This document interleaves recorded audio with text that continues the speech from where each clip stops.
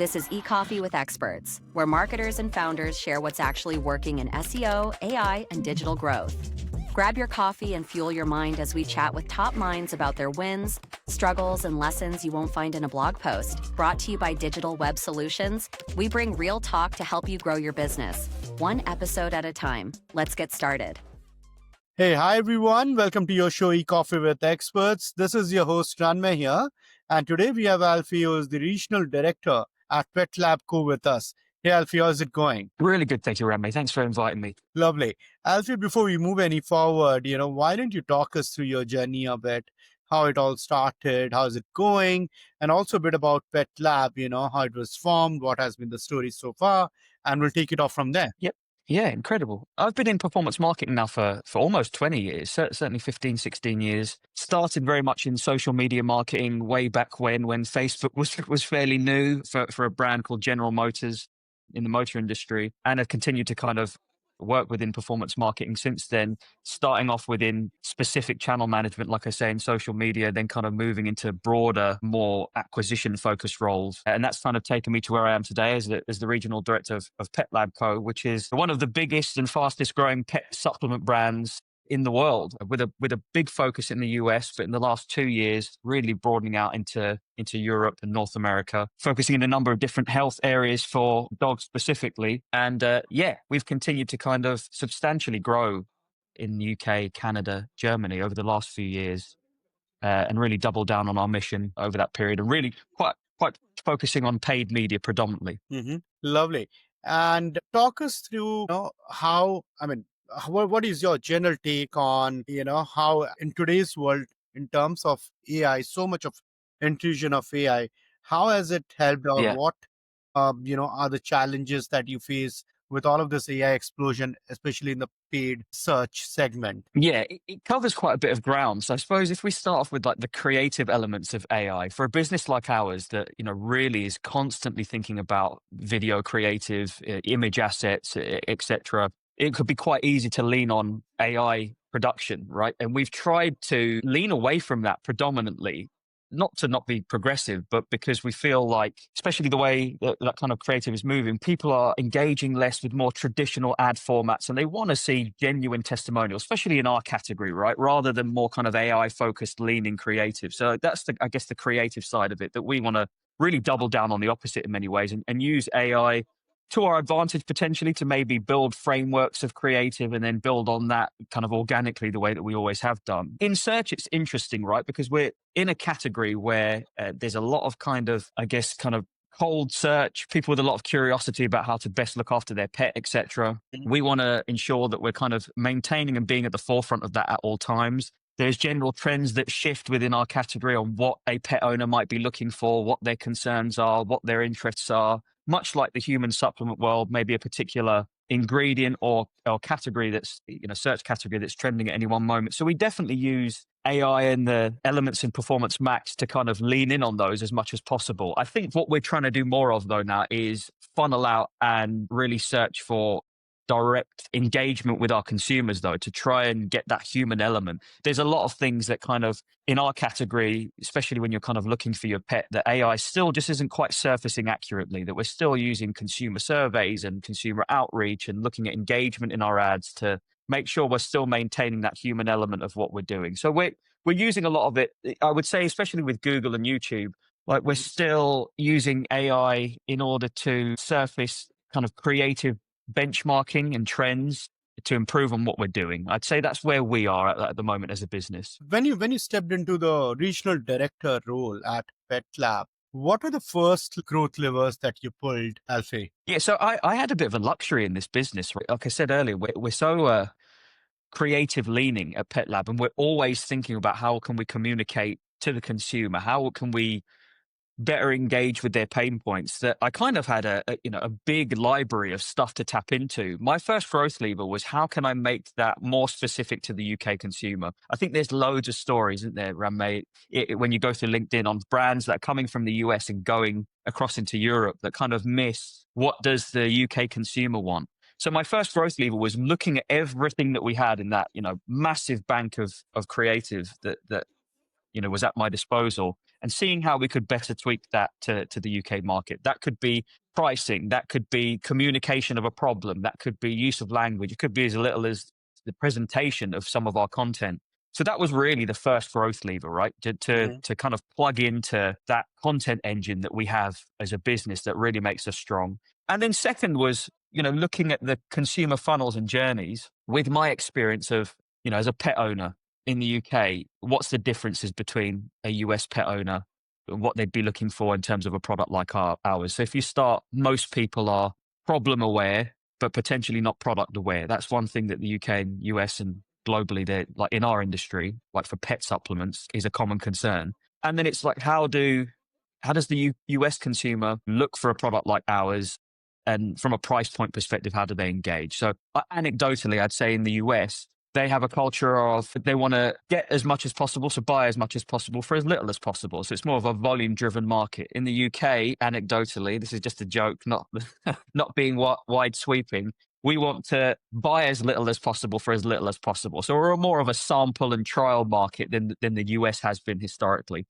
So it's looking at those types of elements. How, in terms of culturally, the US and the UK, what are the differences in terms of saying where the product is manufactured and being quite patriotic in our ads and things like that. So these were my first growth levers when joining this business. And then continuing from that, how do you approach localization of a global brand, PetLab in the UK? To talk us through the strategic tweaking of the messaging or the funnel, and how did it all work out? Yeah, well, I guess I'll start from creative again. A good example is TikTok, right? If you want to get a good idea of your consumer, we've really leaned into a TikTok shop as a marketplace over the last 12, 18 months. The US's content for this category is very, very polished. So the creators are mega, mega well-versed in polished content and looking at what works and optimizing it, whereas the UK is slightly less polished. So I would say, looking at those creative trends first and foremost and being like, I want to mirror this in the creators that I work with, the type of language that we use, and generally, what is considered good and engaging content was kind of, step one in that localization. Then, like I mentioned earlier, from a funnel perspective, we're really quite broad thinking. So we have, the traditional product page type funnels, and we have the more educational type funnels. When I joined the business, there was a massive library of those more educational type funnels. And I think this is an area where a lot of brands just don't lean in heavy enough globally on, right, the consumer's seen a piece of content, what funnel do I want to put them down? And does it need to be an educational one or a more product leaning one? And part of that process was looking at all of these educational funnels and being like, would this connect with the UK consumer? It's always got a US lens on it. So for example, there's the common brag bar on funnels where, that kind of bar that has like, we've been seen in these publications. Yeah. Those ones. Ours were all US. Would that connect with a UK consumer or a Canadian consumer or a Canadian consumer? No. So it's like step one. Then imagery. Even recently, talking 2 years on in the business, I kind of did a scope working with one of our editors, and she was like, when I look at some of our footage, the pavement or sidewalk, if you're in the US, makes this ad look very, very US. So how can we, reharvest all of that footage, all of that imagery content to be more UK focused? So instantaneously, a UK consumer will look at one of our ads, our landing pages, our funnels, and be like, yeah, this is a UK business. Because I think the one common thread that I've found in any business I've worked in is people want to feel like that brand is round the corner, that they're local. They don't really want to, buy into a business necessarily that is global, especially in our kind of supplement space. So building out and reviewing all of the funnels, the things that are important. And I'm talking at a granular level, even the way that, a UK consumer would measure weight for their pet must be the way that it's done here. The language that would be used, add to cart versus, buy now, and these kind of more subtleties. And I leaned in into a lot of podcasts and just my general knowledge, getting our site audited by Google, looking at the things that, the finer details that would make us look like, and not just look like, but come across as a more UK business, because we are UK based. We've got a UK team. So yeah, it was all those finer details, but then thinking quite broadly at what is our identity as a US business. I'll give you a very sort of brief, funny story that maybe doesn't get considered. I was reading a lot about Liquid Death, if you've heard about that brand that came across from the US to the UK. They're this like water brand that, the UK launch didn't quite go as well. And I was chatting to TikTok, and we kind of repurposed a lot of our US content in the UK. And they said to us, I don't think this content's going to work. And I said, well, why not? We've got a lot of it that we want to repurpose across to grow our UK audience. Why not?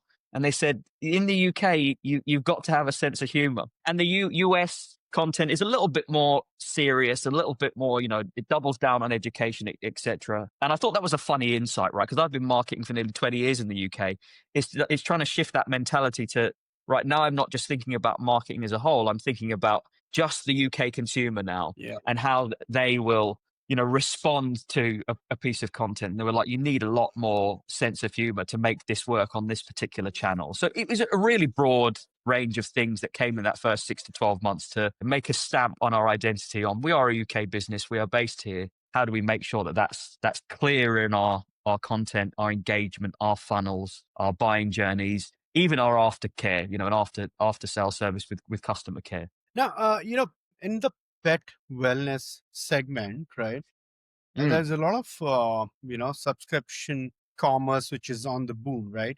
So what are your growth tactics, for achieving recurringness of the revenue? Yeah, I think, and I've mentioned some of this, but to, I guess, zone in on a bit more, what makes us special as a business in the category, right? And I've worked in the category previously as well, is we don't work in, and I think this is specific to a lot of brands, where a lot of brands do go wrong now, is that doesn't work in these kind of like marketing sprints, right? So we don't think it's spring, let's focus on content about spring.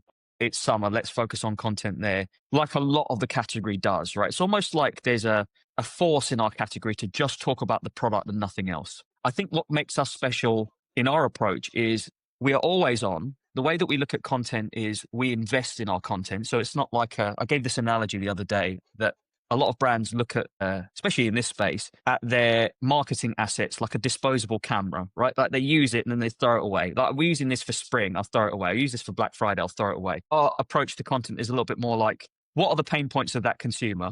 They have a pet. We have a product that can hopefully help their pet. How can we create written content, video content, image assets that will be, fair weather, you could use them all year round, that engage them so they learn a little bit about their pet's condition, that they understand that it's a longer journey to support their pet, that it's not like a, one time and done type thing, that subscription that is not just for a business benefit, but it's educating them on why this issue might be occurring with their pet, or why are they seeing this, the pain point, and then the kind of longer term journey to that. And I don't see a lot of brands doing that in our space. It's still very much like, oh yeah, it's Christmas, let's talk about Christmas. It's spring, let's talk about spring. Oh, it's New Year. There's a lot of kind of like, cliched bits that it's quite promotion driven in that way. Whereas we're always thinking, if we put this content out now and it educates the consumer, we could be using that piece of content for 6 months, a year, 2 years to educate the consumer. And I think that's what makes PetLab special in its approach. And in our thinking, specifically in this category. Absolutely. You have in this space for quite some time, Alfie, I'm talking about, the paid category space, right? So, and we are almost ending 2025 now, like we were talking about in the green room. What emerging acquisition or analytics technologies do you believe will redefine how D2C brands measure growth by 2026? Yeah, two things. I'll start with, I guess, a channel level one, and then the measurement one, which is, I think, the most interesting piece. Because having been in performance marketing for so long, I feel like every year everyone mentions the word incrementality and then never has any commitment to doing anything with it. Yeah. But I do feel that is shifting. So from a channel mix perspective, I think most brands now, us included, are wising up to the fact that, we've doubled down on certain channels, be that Meta, be that, Snapchat, be that AppLovin, which has had a lot of love over the last 12 months. Now I think there is, again, a renewed kind of broader mentality to that channel mix, be it like doubling down on YouTube Shorts and demand gen, and being like, we know that this channel is going to be harder to measure, but we also know and can see the ultimate growth in it. As a streaming platform, it continues to be the biggest one. And how can we invest in that channel early on? And again, that returns back to creative and being much, much smarter in how you communicate the problem and relay that back to pain points and the product. So I think there's a broadening of channel mix and utilizing channels in different way and doubling down on creative. This has always been the case, right? But I see a renewed energy in it over the last 6 to 12 months in a lot of kind of D2C focused podcasts, etc. Mm-hmm. The big one though is incrementality. And I do see big brands shifting their thinking. So even if I go back a decade, attribution models were always like the conversation point. It's like, let's not look at last click anymore. Let's look at first click or a more scientific view. But brands then didn't really embrace it full scale, right? It was like they'd still have some reporting platform that was looking at last click and that would be it. Whereas now, more of the brands I speak to when I go to Meta conferences, etc., they understand that certain creative needs a kind of more incremental focus on it, but I see more of a driven commitment to that. So for example, with, YouTube Shorts and demand gen, it's like this odd hybrid between traditional TV and like what YouTube has been. But we know that a lot of that isn't clickable format. The growth of streaming on TV is increasing. It's less measurable than it was. It almost goes back into TV territory from a few years ago when brands were struggling to measure that. So I think more D2C, performance marketing, digital first businesses understand that now. And it's not just like a token, let's invest in it and the cost to acquire is crap, so we won't double down on it. I think there's a renewed understanding and commitment to, we need to measure this incrementality. Even us as a business, we know that we've got ads that are very product centric that will drive that more last click type of mentality. And we've got ones that are more, contributing to the funnel that we need to just measure differently. And we know that as a channel, from a channel perspective as well. And I see more seniors being committed to that thinking versus 2 or 3 years ago where we would be talking about it, but didn't really truly have the commitment to it. And we know that is more important now. And that's what I see shifting in 2026 for most big brands in the health supplement space, in our space, in the DTC space as a whole. Lovely. Lovely, Alfie. Thank you so much for the insightful conversation. I'm sure our audience is going to love it. And really appreciate you taking out time to do this with us. For our audiences, if they want any tips, if they want to reach out to you, how would they do that? Yeah, feel free to reach out to me on LinkedIn. I'm on there a lot, and happy to answer kind of any sort of broad questions about D2C, this category in particular, or just the growth tactics that we've used that have worked, historically for this business globally. Lovely. Thank you, Alfie. Cheers, man. My pleasure. Thank you. Thanks, Ranmay.